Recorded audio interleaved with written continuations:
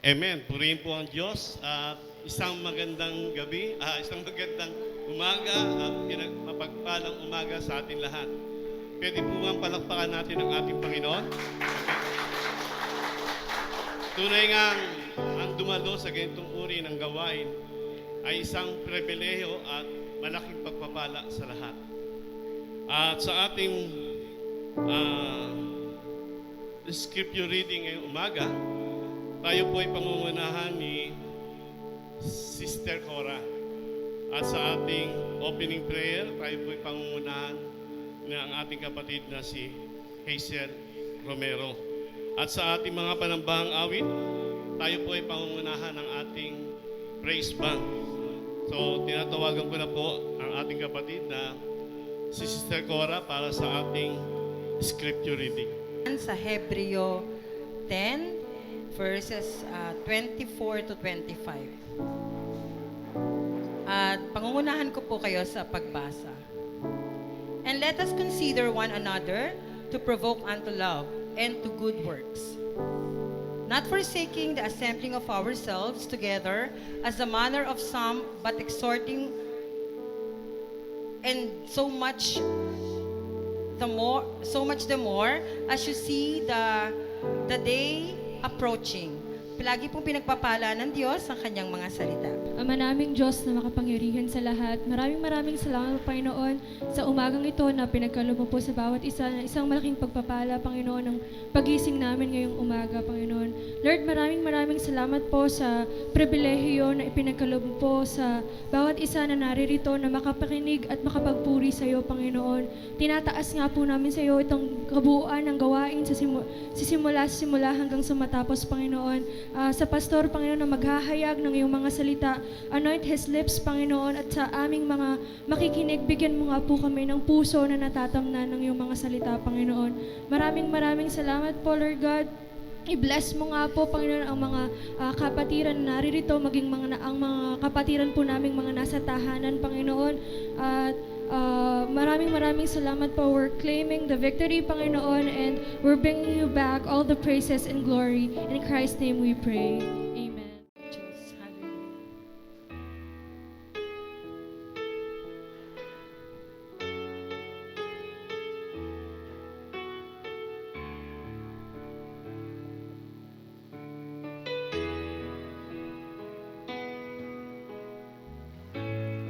My Jesus, my Savior, Lord, there is none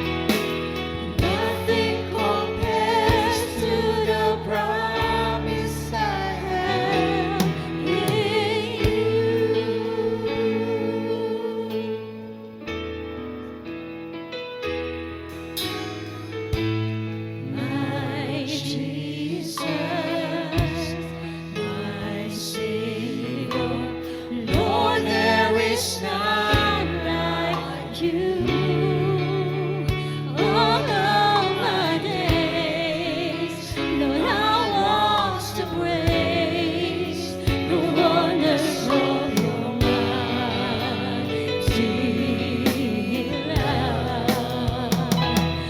You're my comfort and my shelter. You're my tower and refuge and strength. Let every breath, all that I am, never cease to worship you. Shout to the Lord, all the earth, let us sing. Power and majesty, praise to the King. Mountains bow down and the seas will roar at the sound of your name. And I sing for joy at the works of your hand. Forever I love you, forever I stand. Nothing compares to the promise I have. Shout to the Lord, all the earth, let us sing. Power and majesty, praise to the King. Mountains bow down and the seas will roar at the sound of your name. I sing for joy at the works of your hand. Forever I love you, forever I stand. Nothing compares to the promise I have in. Nothing compares to the promise I have in. Nothing compares to the promise I have in you. Amen.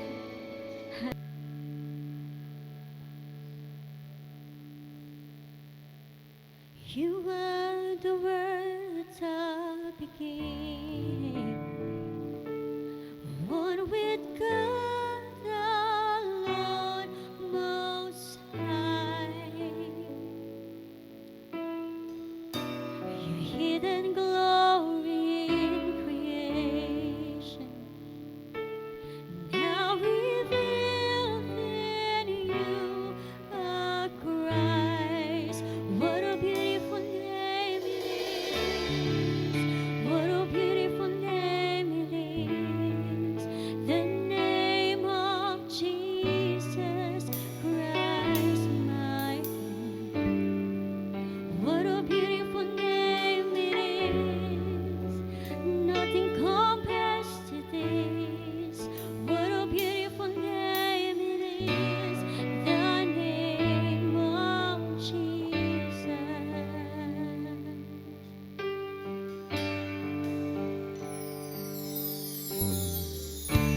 You didn't want heaven without us. So Jesus, you brought heaven down. My sin was great, your love was greater. What could separate us now? What a wonderful name it is. What a wonderful name it is. The name of Jesus Christ, my King. What a wonderful name it is. Nothing compares to this. What a wonderful name it is. The name of Jesus. What a wonderful name it is.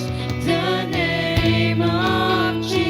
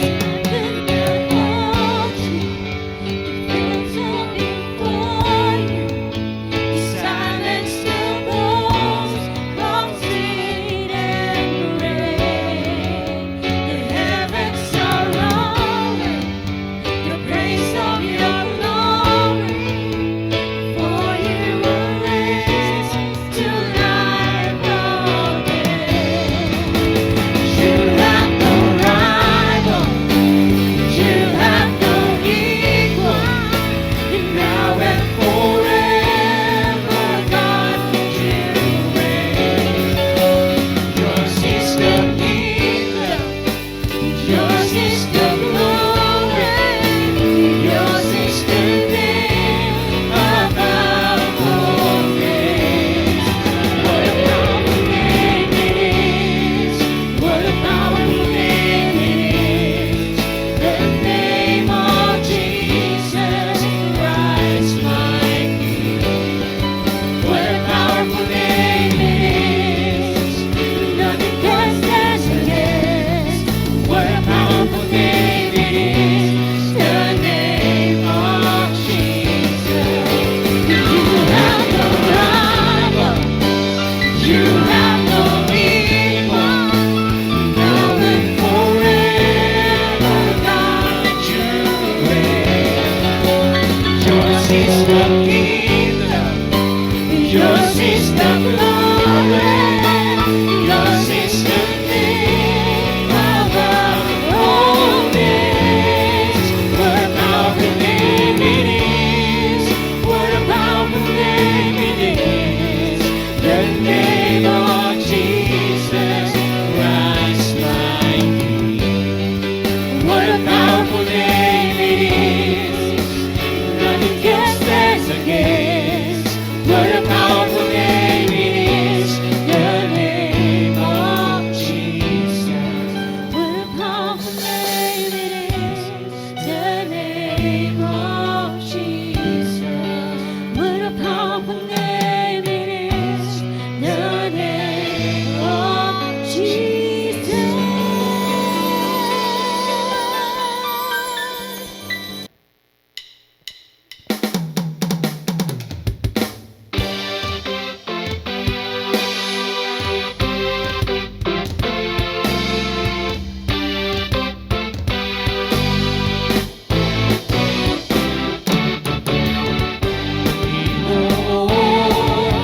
Kami nagpapasalamat, pinili mo, ginawa mong anak. Tinago mo ang buhay ko, iniligtas mo. Kaya sa'yo iaalay itong aming buhay. Kaya't kami aawit, sasayaw sa'yo. Sa tugtog ng gitara, sa tinig at nota, kami ay sama-sama, sa'yo ay sasamba. Pagkat ikaw ang aming Panginoon, pagkat ikaw ang aming Panginoon, pagkat ikaw ang aming Panginoon.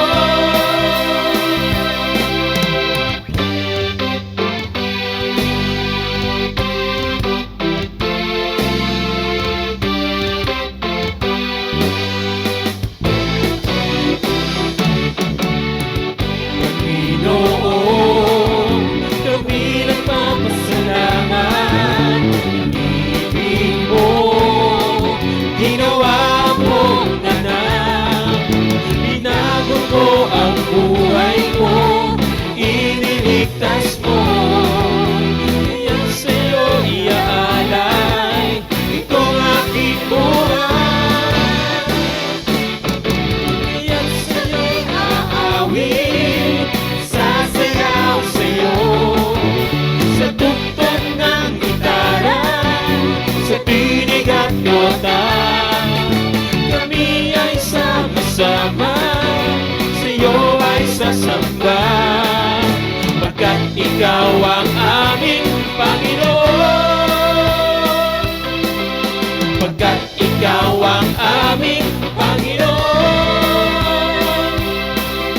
pagkat ikaw ang aming Panginoon.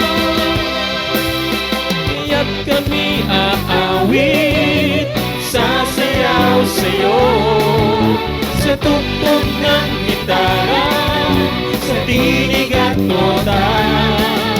Kami ay sama-sama, sa'yo ay sasamba, pagkat ikaw ang aming Panginoon. Pagkat ikaw ang aming Panginoon. Pagkat ikaw ang aming Panginoon. Pagkat ikaw ang aming Panginoon.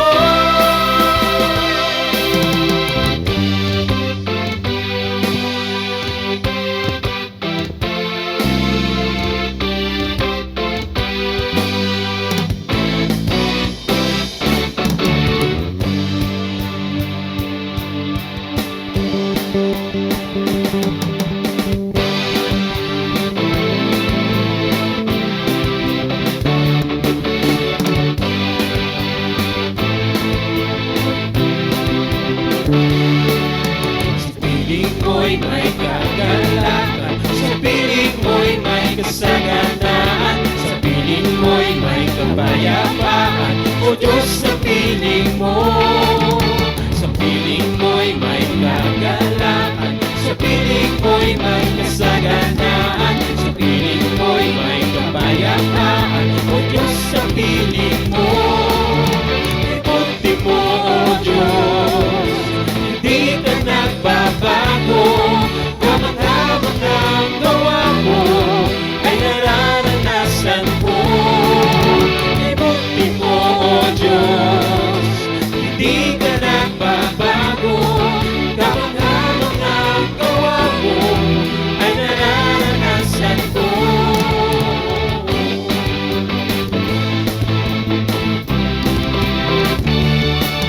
Anumang kalungkutan, sa'yo ang kagalakan.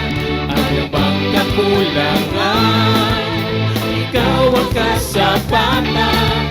Anumang karamdaman, ikaw Jesus ang kagalingan. Sa lahat ng kaguluhan, ikaw o Diyos ang kapayapaan.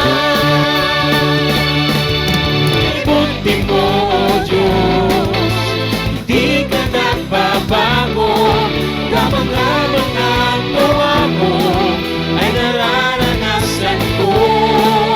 Ipunti mo, O Diyos, hindi ka nagbabago, kamang-kamang ang gawa mo ay nararanasan ko.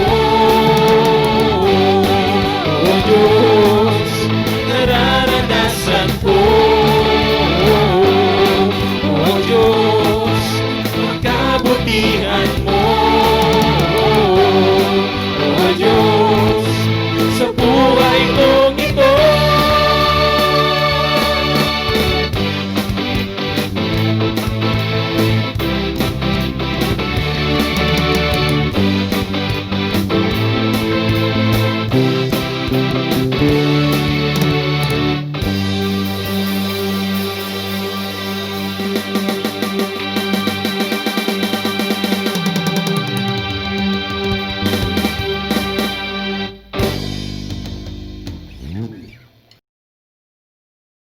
Samahan niyo po akong makibasa sa aklat po ng Efeso, muli sa chapter 5, verse 15 to 17. So, ito po yung second segment ng akin pong mensahe na inilagay ng Panginoon sa aking puso, which ang theme po nito is walking in wisdom. Sabi po rito sa Ephesians 5:15 to 17, see then that you walk circumspectly, not as fools, but as wise, redeeming the time, because the days are evil. Wherefore be ye not unwise, but understanding what the will of the Lord. Tayo po'y manalangin. Aming Amang Diyos na makapangyarihan, Ikaw po ay aming sinasamba. Pinararangalan, pinupuri, itinataas sa dakong ito O Lord, na minsan pa kami pong mga magkakapatiran ay muli mo pong pinisan sa kabila po ng mahabang panahon, Lord, na nawala po kami rito. And yet, Lord, hindi nga po tunay na masasagkaan, O Diyos, ang iyong iglesia, Panginoon, maging ang kamatayan, Panginoon. Lord, sa amin pong pagtayo, sa iyo pong kabanal-banalang presensya, nawa, i-bless mo po kami sa mga salitang mamumutawi sa bibig ng iyong mabangalipin. Nawa, ikaw po ang aming makita, ikaw po ang siyang maitaas. Punuin mo po ang lahat ng aming mga sisidlan, Panginoon. And thank you, Father, and I pray, Father God, na ito po yung magrema sa aming mga buhay. This we pray, Father, in the name of Jesus. Amen and amen. Palakpakan po natin ang Panginoon. Ang tema po natin is about, pwede na po tayo po, walking in wisdom. Last Sunday, ay tinalakay ko po yung verse 15. Ang sabi doon, see then that you walk circumspectly, not as fools. Lumakad daw po tayo, hindi katulad po ng mga mangmang, kundi katulad po ng mga taong matatalino. Pero sabi ko nga po, by way of recapping that message, last Sunday, bumabalik-balik, bagamat ligtas na ho tayo, bumabalik pa rin ho tayo doon sa tinatawag na kamangmangan. And then, are some area na ito po ay nangyayari sa ating mga buhay. When does a believer plays the fool? When we do not believe God completely. We believe God for our salvation and not for anything else. Parang hanggang doon lang sa kaligtasan natin. Pero, minsan hindi tayo makapagtiwala na pagagalingin ka ng Panginoon, na ipoprovide ka ng Lord sa lahat ng iyong pangailangan. Kapag ka nawawala o nag-aalinlangan ka sa provision ng Lord o sa ano pa mang mga bagay, nagiging mangmang ka. A believer also plays the fool kapag ka siya po ay nagdi-disobey, hindi sumusunod sa ating Panginoon, lalo na po sa kalooban ng Diyos. Especially mga nangyari po sa Galatian churches na ang kaligtasan, sabi ni Pablo, ay sa biyaya lamang at hindi sa pamamagitan ng mabubuting gawa. Na dito po nahulog yung mga taga-Galacia, nadayaw sila ng isang sekta sa religiyon ng Judaismo. And also, the believer plays the fool when he desire wrong things. Kapag ka siya po ay nagnanasa ng mga maling bagay. Remember, hindi po tayo taga rito. Amen. Nakikiraan lang po tayo. Sang araw, kapag ka dumating na ang ating Panginoon dyan sa kalawakan, kukunin tayong lahat eh. Aalisin tayo ng Panginoon dito at doon ibubuhos ng Panginoon ang kanyang kagalitan. At sabi nga sa Bible, sa Matthew chapter 24, mararanasan ng mundong ito yung galit ng Diyos, yung malaking kapighatian na hindi pa nila naranasan. Itong pandemic na ito, mga kapatid, wala ho ito sa kalingking, sa mangyayari sa darating na tribulasyon. So sabi po sa 1 John 2:15-17, love not the world, neither the things that are in the world. For all the things that are in the world, the lust of the eyes, the lust of the flesh, and the pride of life, hindi yan nanggagaling sa ating Ama, kundi sa sanlibutan. At ang sabi sa verse 17, and this world shall pass away, and the lust thereof, but he that doeth the will of God shall abide forever. Amen. And also, the believer plays the fool when he do the wrong things. Kapag ka siya po ay gumagawa ng mga hindi kanais-nais, hindi kalugod-lugod sa ating Panginoon. Ngayon pong umaga, ang ating naman tatalakayan, yung second segment, nasabi sa verse 16, redeeming the time because the days are evil. Samantalahin daw po natin ang panahon sapagkat ang panahon po ngayon ay masama. Di po ba tama? We are now living in the last days, the evil days. Alam mo ninyo, kadalasan, kapag ka ang isa pong tao, meron siyang pinasimulang isang bagay, ang isang awit ay hindi natatapos, ang isang iginuhit na larawan ay hindi po nakumpleto, ang isang proyekto ay kakalahati lamang ang nagawa dahil yung musician, yung pintor, at saka yung gumagawa nito ay namatay. Pero usually, ang kamatayan ng commitment ng gumagawa ang dahilan ng incompletion. Ang mga pangarap ay hindi po nagkakaroon ng katuparan. Ang mga pag-asa ay hindi nagmamaterialize sapagkat yung mga nagpasimula ay di man lamang nakalampas doon sa mga unang yugto ng gawain. Para po sa maraming mga tao, kabilang na tayo pong mga Kristiyano, ang buhay ay katulad po ng serye ng hindi natapos na awitin. Maging sa mga pamilyar na oportunidad na pang-araw-araw na buhay Kristiyano, yung mga masasabi po nating totoong naging produktibo ay yung mga taong napaghusay nila yung paggamit ng kanilang mga oras at araw ng kanilang buhay. Whether in the artistic, business, personal realm, or spiritual, no one can turn a dream into a reality or fully take advantage of opportunity apart from making the most of our time. So kinakailangan talaga sasamantalahin mo yung panahon para maging productive ka sa harapan ng Diyos. Papansin lang ho natin dito, sa Greek text, yung salitang time, hindi ho ginamit ni Paul yung Greek text na chronos. Chronos, it is a term for clock time. Continuous time that is measured in hours, minutes, and seconds. Hindi yun ang ginamit niya, no? Katulad yung tumatakbo sa ating mga orasan. Kundi ang ginamit ni Pablo ay yung salitang kairos. Ano yung kairos? It is a measured, allocated, fixed season or epoch. Ito ay tumutukoy sa panahong may taning. At pinagtibay pa ito dahil ginamit ni Paul yung definite article na the time. Sa Greek text, the time, it is a concept that is found in Scripture. Ilang biblical supporting verse, sabi sa Job 14 verse 5, "Seeing his days are determined, the number of his months are with thee. Thou had appointed his bounds that he cannot pass." Doon sa Tagalog, sabi sa bandang hulihan, hinanggahan ang kanyang mga hangganan upang huwag siyang makaraan. In Exodus 9:5, "And the Lord appointed a set time." Pansinin po ninyo, appointed a set time. Fixed po yun, allocated time po yun. "Saying, tomorrow the Lord shall do this thing in hand." And in 1 Peter chapter 1 verse 17, "And if you call on the Father, who without respect of person judgeth according to every man's work, pass the time of your sojourning here in fear." Sabi sa bandang huli, gugulin nyo sa takot ang panahon. Allocated yon, fixed po yon. Ang panahon ng inyong pangingibang bayan. So ang Lord, naglagay na ho siya ng mga boundary sa ating buhay.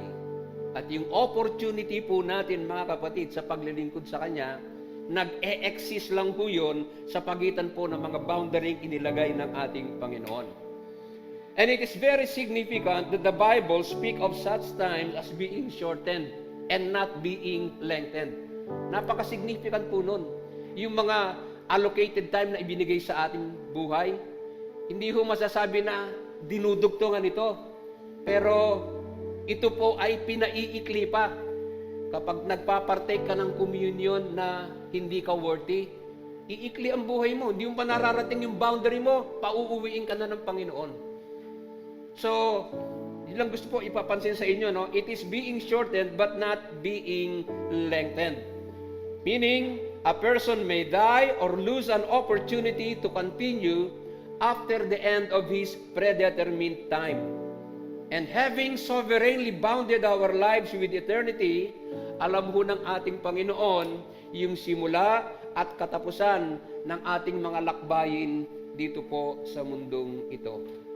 At bilang mananampalataya, pwede lang ho nating ma-achieve yung ating pong potential sa paglilingkod sa Kanya kapag ka marunong ho tayong gumamit o ma-maximize po natin yung panahon na ipinagkaloob niya sa atin. Kaya dapat, mga kapatid, hindi tayo dapat nag-aaksaya ng panahon because time is gold.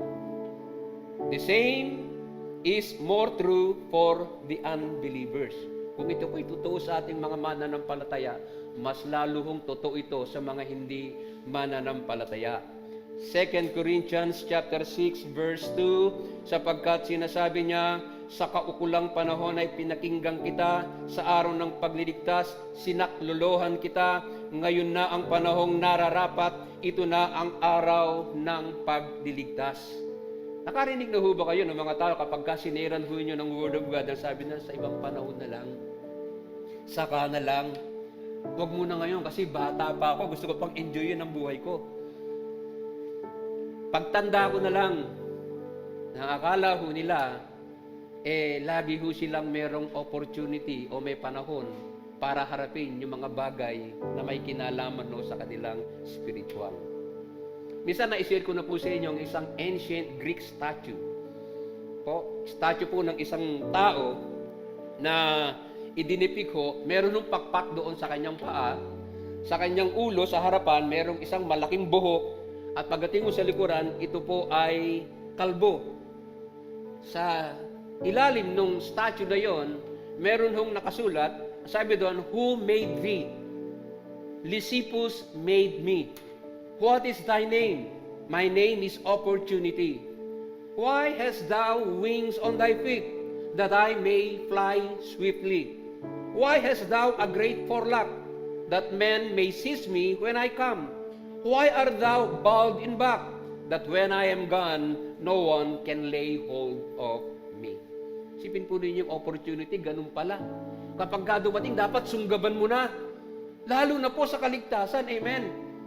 At salamat kay Lord, lahat po tayo sinunggaban po natin, amen.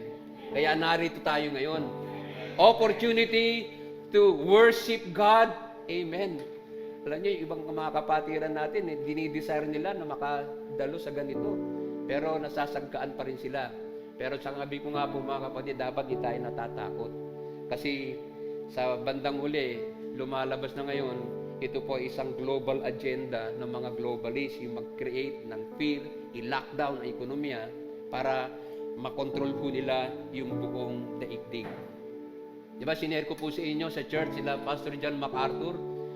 Sa California is 40 million na residents, pero ang statistic, 1/100 of 1% lamang ang infected. Meaning talaga, walang pandemic, kundi sabi nga nila, pandemic daw po ito. Now, back to our message, sabi doon, redeeming. Ang ginamit po doon ay exagorazo. It has the basic meaning of buying back or buying out. Ibig sabihin, samantalahin po natin, making the most of our time. Ginamit po ito sa pagbibili ng isang alipin at pagkatapos, siya ay iyong palalayain. Meaning to say, it has the idea of redemption. Kailangan po nating tubusin, bilhin ang lahat ng oras na mayroon tayo at i-devote po natin sa Panginoon. Hindi po para sa ating pansariling gamit, kung hindi para sa paglilingkod sa Diyos. Namanhikan si Apostol Pablo sa atin na gamitin ng mabuti ang ating mga oras. Pagkatapos niyang mamanhikan sa atin na lumakad din tayo ng may katalinuhan sa halip na kamangmangan. At bukod ho sa pagsuway at di pagsunod sa salita ng Diyos, the most spiritually foolish thing a Christian can do is to waste time and opportunity. Yun daw po isa sa pinakamangmang na pwedeng gawin ng isang mananampalataya bukod ho sa disobedience, yung sayangin ho natin yung pagkakataon, yung opportunity to fritter away his life in trivia and in half-hearted service. Sabi ko nga, malapit na tayo umuwi, kaya sa larangan ho ng paglilingkod, dapat buong puso na ho nating ibinibigay ang ating sarili kay Lord. Amen. Sabi ni Shakespeare, there is a tide in the affairs of men, which taken at the flood, leads on to fortune. Omitted, all the voyage of their life is bound in shallows and miseries. Nakita na ho ba kayo ng mga surfer? Meron silang malaking tapos nakasakay sila doon. Papunta sila doon sa dagat. Lumalangoy sila. Nag-aabang ho sila ng yung opportunity na magkaroon ng isang malaking alon. So, parang ganun daw po sinasabi ni Shakespeare. Sabi naman po ni Haring David, Psalms si Moses ang salita dito. Psalms 90 verse 12.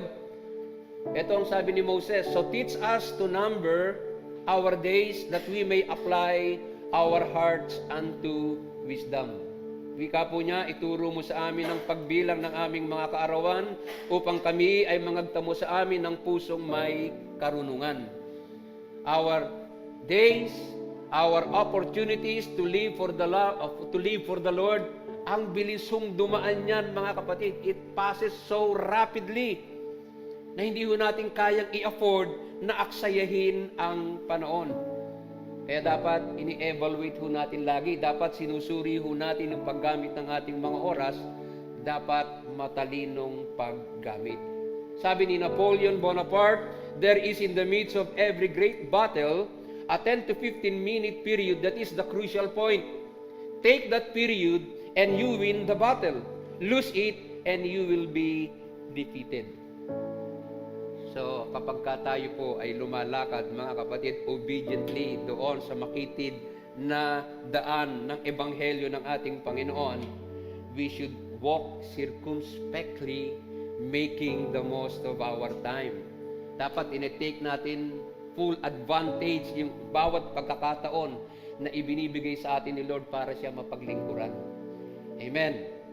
Dapat tinutubos natin ang lahat ng panahon at gamitin para sa kanyang kaluwalhatian. Ito po yung panahon na ang opportunity to do good works ay nandiyan dyan lagi. Amen. Po. It is also an opportunity to shun sin. Yung natetempt ka, tinutokso ka ng kaaway, isang pagkakataon ito para ito ay iyong labanan. Meaning to say, everything that happens in our life is an opportunity that we can use for the glory of God. Sabi ni Pablo sa Galatians chapter 6 verse 10, "As we have therefore opportunity, let us do good unto all men, especially unto them who are of the household of faith." Merong dalawang mag-asamang matanda, dahil masama po ang panahon, nag-check-in sila sa hotel, doon sa isang hotel. Lamang, yung hotel na yon ay punong-puno na po yung kanilang mga, ano tawag dito? Oo, yung mga pumapasok doon, naka-check-in. Wala nang pwedeng may offer yung nando doon sa counter. Pero dahil nakita na matatanda na ito, nahabag siya. Sabi niya gano'n, kung pagtitiisan po ninyo, yung quarter ko po, doon na lamang po kayo, palipasin niyo po yung magdamag. Okay na po ako dito, sabi niya gano'n. So, nagmagandang loob siya, good works. Pagkatapos kinaumagahan, nung magche-check out na yung mag-asawang matanda, sabi nung matanda sa kanya, nung matanda lalaki, alam mo isang araw, sabi niya gano'n, yung ikaw ang gagawin kong manager sa itatayo kong hotel. Siguro, ngingiti-ngiti lang yun, no? Yung nandun doon sa counter. Pero alam niyo, pagkaraan ng ilang panahon, may dumating na telegrama sa kanya. Telegram pa nun wala pa text no. May telegram dumating sa kanya at pinapupunta siya doon sa New York, doon sa 115th Avenue sa 34th Street sapagkat tinayo doon yung pinakamagandang hotel nung panahon na yon, yung Waldorf Astoria. At yung lalaki na yon, si George Bolt, yung nandoon sa counter, yun ang ginawang unang manager ng Waldorf Astoria Hotel. Isipin po ninyo, pinatulog niya lang, tapos ngayon ginawa siyang manager ng pinakamagandang hotel noong mga panahon na iyon. Sa kanyang mga sariling kadahilanan, pinahintulutan ng Diyos ang ilan sa kanyang mga anak na mabuhay ng matagal. Samantalang ang iba ay kaunting panahon lang. At wala sa atin ang nakakaalam kung gaano kahaba o kaikli ang inilaan na panahon ng Panginoon sa bawat isa. At yan po'y totoo. Amen. Ang ating kapatid na si Brother Erning, hanggang 69 years lang talaga siya eh. Si Sister Inen, naka 70 na, 10 taon na yung lamang na kay Brother Erning. Papanalangin pa natin mga kapatid, baka umabot pa ho siya ng 100, mabigay siya ng 100,000. Well, praise God. Panalangin natin. Ibig ko sabihin mga kapatid, ano po, tayo, may boundary na po yung ating buhay. Kawawa naman, ang aga-aga niya namatay, kapatid, hanggang dun na lang siya. Kaya dapat hindi kinatatakutan ng COVID. Kasi kung ikaw yung tinamaan ng COVID at umuwi ka sa Panginoon, talagang hanggang dun ka na lang. Kahit anong pag-iingat mo, yung boundary na inilagay ng Diyos sa iyo, hindi mo pwedeng lampasan yun. Amen? Tingnan ninyo, si Nabil Qureshi, isa sa mga paborito kong teacher, apologist. Isa siyang dating Muslim. Talagang napakatalino. Pero hanggang sa kalagitnaan ng 30 years, 35 lang siya nung namatay.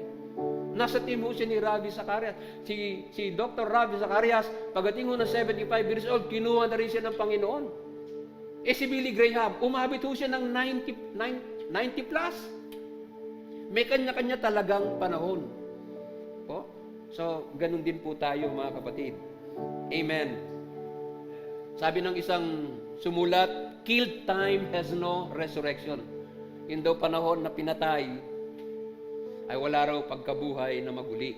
At sabi po ni H.G. Boss, the difference between a wise man and a fool can be seen by his use of time. Dito mo raw makikilala yung taong matalino at saka mangmang kung papaano niya ginagamit yung kanyang oras. Amen.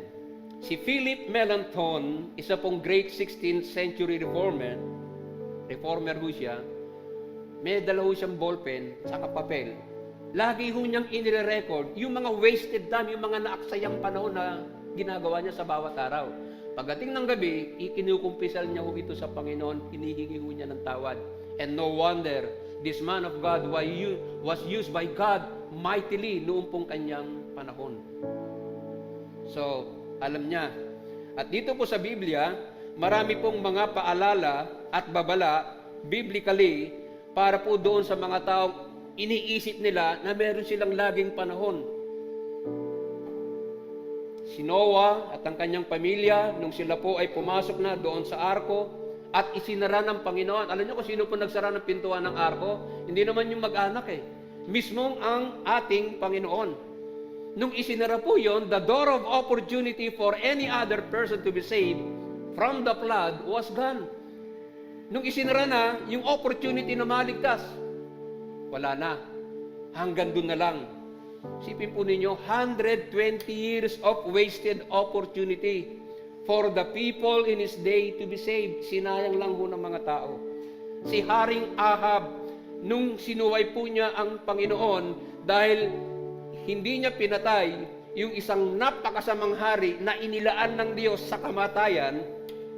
Sabi po sa 1 Kings chapter 20 verse 42, unang hari 20:42, at sinabi niya sa hari, ito ang ipinasasabi ni Yahweh, sapagkat pinakawalan mo ang isang taong ayon sa utos ko'y dapat mamatay, buhay mo ang kapalit ng kanyang buhay, at bayan mo ang kapalit ng kanyang bayan. So yung opportunity nito pong si Haring Ahab na patayin ng isang napakasamang hari para maligtas ang kanyang buhay, pero dahil po sa kanyang disobedience, na-forfeit po niya yung kanyang buhay. Sa 10 virgins, 5 po doon ang masasabi ho nating mangmang. Bakit? Hinayaan po nila yung kanilang lampara na maubusan ng langis. Nung kalagitnaan po ng gabi, dumating yung bridegroom, yung lalaking kakasal, pinapasok yung mga merong langis, pero yung mga wala ay naiwan sa labas. Ibig sabihin, nasa kanila na ang lahat ng pagkakataon na magbaon ng dagdag na langis bago dumating ang bridegroom, ngunit ito'y sinayang nila. Alam niyo, dapat maging matalino tayo. We must read the times of yung panahon po natin. At kung babasahin po natin, silang ibig sabihin niyan, nasa may pintuan ng ating Panginoon at malapit na dumating. Hindi no ito yung panahon na yung nagsasayang ka pa.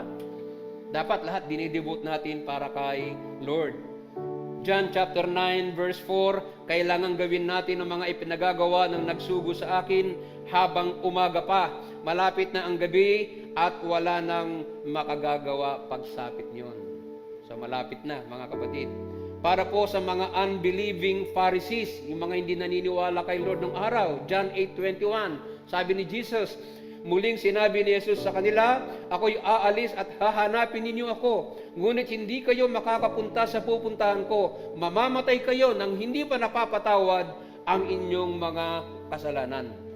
Sipin po ninyo, 3 taon na nakaugnayan ng mga Pariseo si Jesus.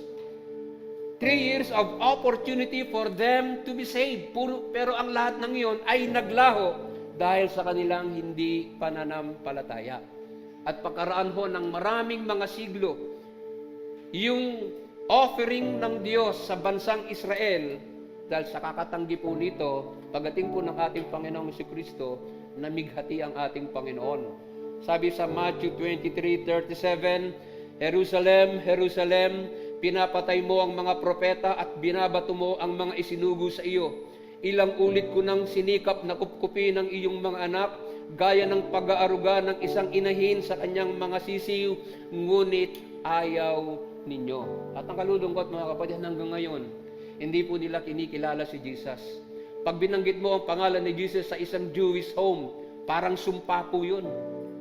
Ayaw na ayaw nila maririnig ang pangalan ni Jesus.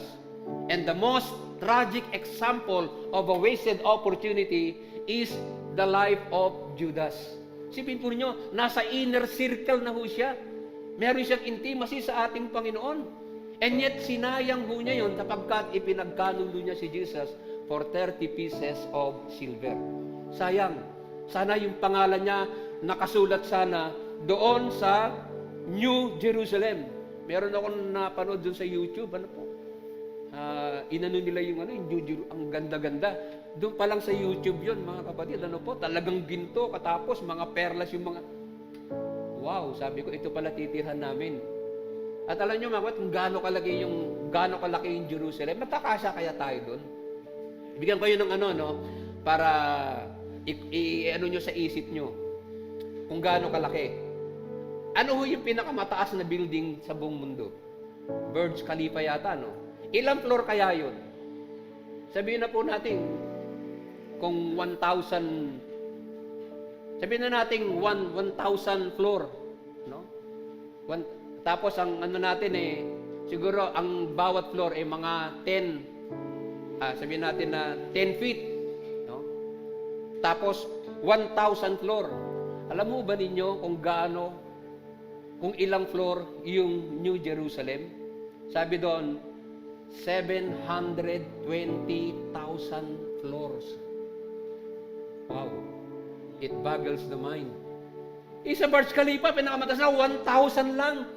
Yung New Jerusalem, 720,000 hanggang sa outer space, mga kapatid. And no wonder, sinabi ni Jesus, in my Father's house are many rooms. Amen.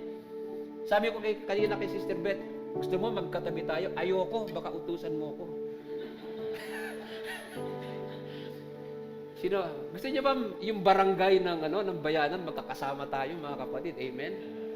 Parang binivisualize ko na Kasi malapit na, dapat may expectation, meron na tayong anticipation. Amen.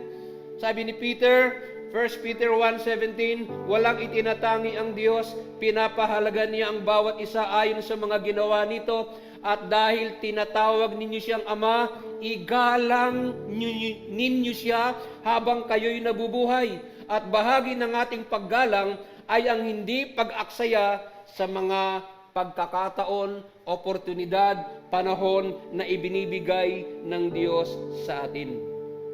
Doon sa farewell remarks ni Paul sa mga taga-Epeso, yung mga matatanda sa iglesia ng Epeso, sabi po niya sa Acts chapter 20 verse 24, but I do not consider my life of any account as dear to myself, so that I may finish my course. Yung salitang course, yung takbuhin, it is an epoch, it is an allocated time. And the ministry which I received from the Lord Jesus to testify solemnly of the gospel of the grace of God. Para kay Pablo, isa lang ang mahalaga. Yung ministry na tinanggap niya sa Panginoon ay magamit niya talaga yung buong panahon niya. Yung sa kanyang takbuhin, maialay ho niya sa ating Panginoon. Ang Diyos po ang naglagay ng takbuhin ni Pablo at doon sa itinakdang panahon ng kanyang paglilingkuran, kinakailangan niya itong gawin ng buong sikap hanggang sa kanyang huling hininga. Ito rin po ang dahilan, mga kapatid, kung bakit ang Bible namamanhikan din po sa atin. Hebrews chapter 12 verse 1, kaya nga dahil napaliligiran tayo ng napakaraming saksi, talikuran natin ang kasalanan at ang anumang balakid na pumipigil sa atin, buong tiyaga tayong tumakbo sa paligsahang ating sinalihan. Tatlong bagay ang dapat ho natin gawin, ayon po sa verse na yan. Talikuran daw po yung mga kasalanan, alisin ho yung lahat ng mga balakid, at buong tiyaga ho nating takbuhin yung takbuhin inilagay ng Diyos sa ating buhay. Pagdating ho ng dulo ng takbuhin ni Pablo, ano po ang kanyang konklusyon? 2 Timothy chapter 4 verse 7, I have fought a good fight, I have finished my course, I have kept the faith. Ganda ng conclusion niya, no? Pinagbuti ko ang aking pagkikipaglaban, natapos ko na ang dapat kong takbuhin, at nanatili akong tapat sa pananampalataya. Actually, sinabi ng Lord sa kanya, kung kailan siya kukunin. Umangal ba si Pablo? Hindi. Sapagkat hanggang doon lang talaga yung takbuhin ni Pablo. Pero ang mahalaga mga kapatid, he has fought a good fight of faith. Napanatili niya ang pananampalataya. Sa atin man, yung kurso po natin, yung takbuhin po natin, prescribe na po ng Panginoon yan. Every opportunity that we can serve God, nandoon po yun sa course na inilagay ng Diyos sa ating mga buhay. Psalms 39 verse 4, Lord, make me to know my end and what is the extent of my days. Let me know how transient I am. Behold, thou hast made my days as hundreds and my lifetime as nothing in thy sight. Ano sabi dito? Yahweh, sana'y sabihin mo kung kailan mamamatay, kung gaano katagal pa kaya ako mabubuhay. Ang damdam ko sa sarili, pinaikli mo ang buhay. Sa harap mo ang buhay ko'y parang walang kabuluhan. Ang buhay ng bawat tao'y parang hanging dumaraan. Meaning to say, napakaikli lang mo talaga ng buhay po natin. We will just passing through. Napakaikli. Sa araw, ano po, if the Lord will tarry, mawawala tayong lahat. Pero ang mahalaga, ano yung impact ng buhay natin nung tayo po'y nasa lupa? May naakay na ba tayo? Meron ba tayong nagawang mabuti para sa ating kapwa? Inaalay ho ba natin ang ating panahon sa paglilingkod sa Kanya? Katulad po ng aking sinabi kanina, ako'y naniniwala that we are now living in the last days because of what's happening in the world today. Everything na na-observe po natin, precursor po yan. Lahat ng mga nangyayari. And the greatest sign na makikita po natin is deception. Sa Amerika, ang dami hong mga na-deceive. Wala, talagang deceive na ho sila. Para sa kanila, okay lang na gumawa ng ganito. Lalaki sa lalaki, babae sa babae. Pro-choice sila, i-abort nila. Alam niyo kung ilan na hong mga bata ang namatay sa Amerika? 70 million. At lahat lang yun i-account. Ini-stave lang ng Lord yung kanya pong judgment kasi marami pa rin nananalangin. Deception, marami na deceive. False prophets abound. Earthquakes, pestilences, wars, rumors of wars, volcanic eruptions, wildfires, and so forth. And truly, these days are evil. Sabi nga po we are only on a borrowed time and rapture may happen anytime now. So kung meron ho tayong opportunity, yung pagkakataon, mga kapatid, na gumawa para sa paglilingkod kay Lord, gawin na po natin para sa Kanyang kaluwalhatian. Every moment of every day should be filled with things, good things, righteous things, things that glorify God. Palakpakan po natin ang Panginoon. Hallelujah. Tayo pong lahat ay manalangin. Hallelujah. Thank you, Lord. Thank you, Lord. Hallelujah. Bless your name, O God. Salamat, salamat po sa iyo, Panginoon. Hallelujah. Aming Amang Diyos na makapangyarihan, pinasasalamatan ka namin sa iyong kabutihan, sa iyong katapatan, Panginoon. Salamat sapagkat binibigyan mo kami ng mga oportunidad na ikaw ay lalo po naming makilala. Mapaglingkuran, maging kamanggagawa mo, O Diyos, sa iyong ubasan, at maging alulod at daluyan din naman ng iyong kapangyarihan. Tunay ng aming mga buhay ay mayroong mga nakatakdang panahon. Bilang ng panahon na ilalagi namin sa mundong ito, tulungan mo po kaming ma-maximize namin ang mga oras na ipinagkaloob mo po sa aming lahat. Huwag po nawa naming aksayahin.